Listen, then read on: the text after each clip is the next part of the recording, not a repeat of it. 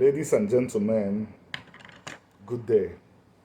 I hope everybody is having a good time, reflecting on some of the things we have talked about in recent times. Well, I'm bringing something very hot today. What you just had a very good look at was the Amana letters. It's a piece of clay discovered so many thousands of years ago, estimatedly discovered some years ago, but produced, its age is about 10,000 years ago. On this letter, a very important word was discovered. The word is Uru Salem, U-R-U hyphen then S-A-L-E-M.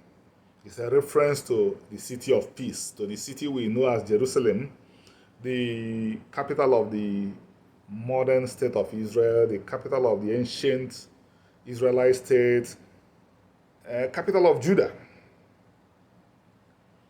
The writer referred to the city, and he made references to the Habiru, whom we know are the ancestors of the Hebrews. I will leave this section of the discussion alone briefly and dive into why am I even talking about this in the first place. The city referred to in this presentation or in this letter, Amana letter, is Uru Salem. Without hesitating, I'm diving in straight. I, Remi Ilona, Nzerabi Remi Ilona, I was born in Uru Okwe. Or I belong to Uru Okwe because the joint hospital in my community is between Uru Okwe and Amakwa. Both sections of my community own the land. So I was born in Uru Okwe. I was born in the section of it called Uru Okwe. My older brother, Nathan Adili, was also born in Uru Okwe. My surviving auntie married a man from Uru Mabiam. My big brother, Vali Wuchuku, comes from a sub-community called Uru Aguma. Cross the boundaries of our town, head into the next one, the richest community in the whole of Africa, Newi. One of the first communities, sub-communities you run into is Uru, where most of the spare parts you use in running your cars came from. Our big brother Emeka Maduewes is from that community. Emeka Odumegwu Ojukwu came from that community, from Nnewi. Move a little north, you will come to Ogidi, where the great Chino Achebe came from. That is the sub-community, that is the community of Charleston Okafor, who operates out of Ohio, who, along with his men, organized the scintillating New Yam Festival. Charleston's grandmother came from one of the Uru in Ogidi. The ancestor of the Hebrews, the ancestor of the Israelites, Abraham, was born in Uru of the Chaldeans.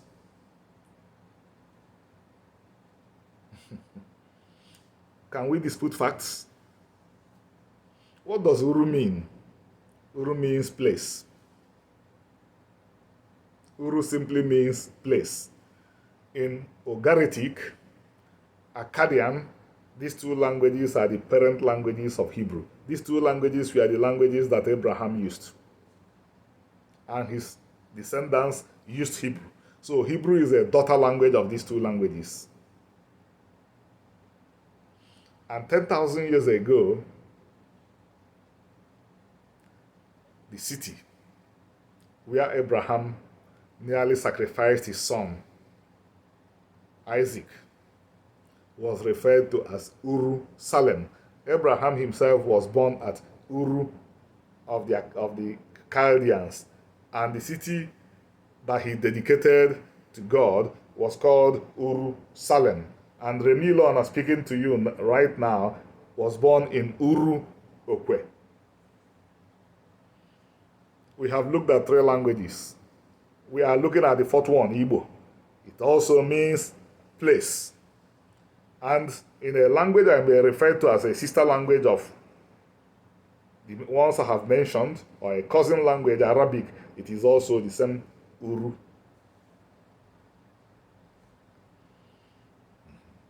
What is the point of this presentation? The point of this presentation is, ladies and gentlemen, to fully understand the Israelites, we must be humble and begin to engage with the Igbos. God bestows his gifts on whoever he wants to bestow them on. Igbos are categorized as blacks, categorized as Africans, so people don't feel they should have a voice at the table. And unfortunately, the ethnic group has gone through hell. So, like a boxer drunk from too many punches, you have so many Igbos contributing to the confusion today. You have so many Igbos producing lies that are distant from the true origins of the Igbos. This plays into the hands of people who do not want to recognize the facts. That the facts as I'm stating them now, is that to understand the Israelites, this group that my friend Remy Ono had described as apocalyptic,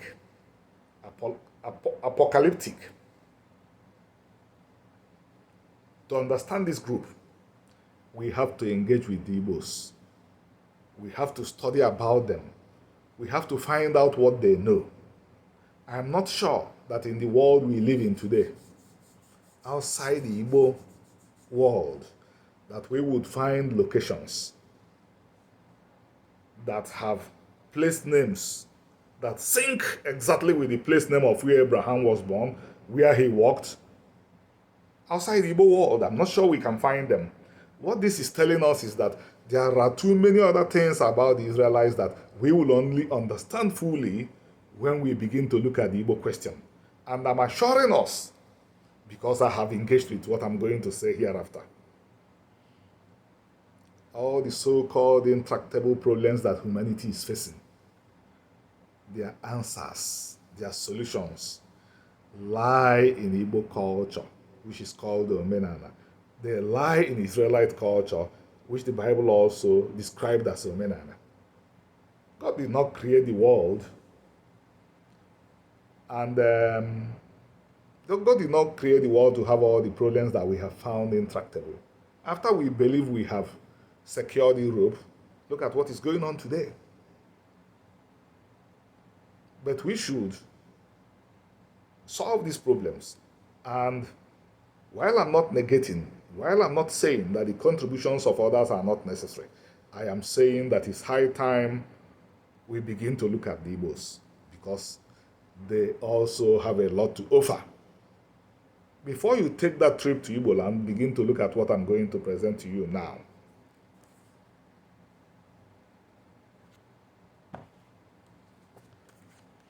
This talks about anti-Semitism. If we look at it from the Igbo perspective, we will learn more about it.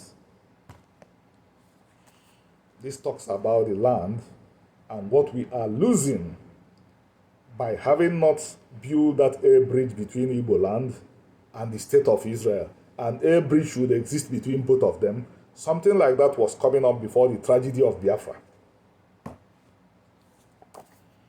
This is about Igbo Americans, but it also tells us a lot about the entire world of Israel.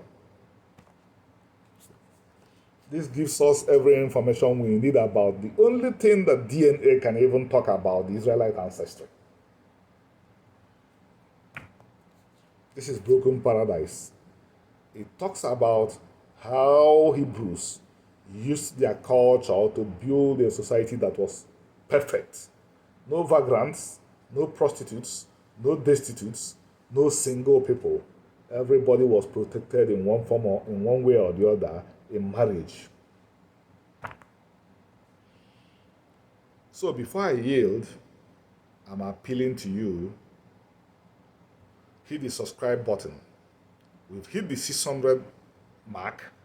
We still need millions of people on this channel, because this is the only place we are learning about the kind of things we learn. then go to Amazon, buy these books.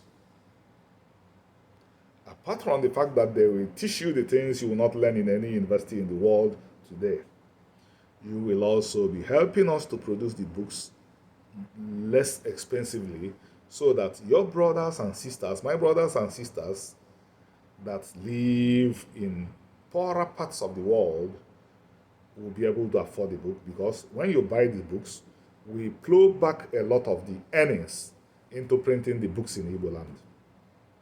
So my appeal goes out. I appeal that you are touched, and I say, may God bless you, shine his light upon you. And may we all say amen and continue to move forward in strength. Thank you.